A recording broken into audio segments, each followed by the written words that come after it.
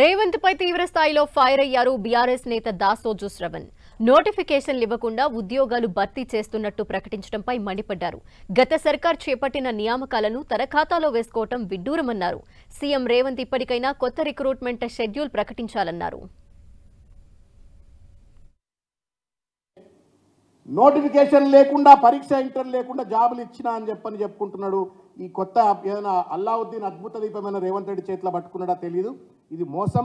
తెలంగాణ యువత ఎక్కడికక్కడ ఇవాళ రేవంత్ రెడ్డి గారి ప్రభుత్వాన్ని కావచ్చు, కాంగ్రెస్ పార్టీ అధికారంలో ఉన్నటువంటి నాయకులను కావచ్చు 2 లక్షల ఉద్యోగాలు ఇస్తా అన్నారు. జాబ్ క్యాలెండర్ చూపెట్టినరు. మీరు ఆ 2 లక్షల ఉద్యోగాల ఖాళీలకు సంబంధించి వైట్ పేపర్ డిక్లేర్ చేయమని చెప్పని వాళ్ళపైన ఒత్తిడి పెట్టవలసిన అవసరం ఉంది అని చెప్పని ఈ సందర్భంగా నేను వారికి విజ్ఞప్తి చేస్తా ఉన్నాను. ఇకపోతే మిత్రులారా, ఆయన దుర్మార్గంగా మాట్లాడుతూ ఉన్నాడంటే, గత ప్రభుత్వం గొర్రెలిచ్చింది, బర్రెలిచ్చింది, చేపలిచ్చింది, మేము ఉద్యోగాలు ఇస్తున్నామని చెప్పని మాట్లాడినాం. అంటే నీకు గొర్రెలు కాసేటోళ్ళు, లేకపోతే బర్రెల పెంపకం మీద ఆధారపడ్డటువంటి వాళ్ళు, చేపల పెంపకం మీద ఆధారపడ్డ వాళ్ళు గత చిన్న చూపు ఎందుకు రేవంత్ రెడ్డి?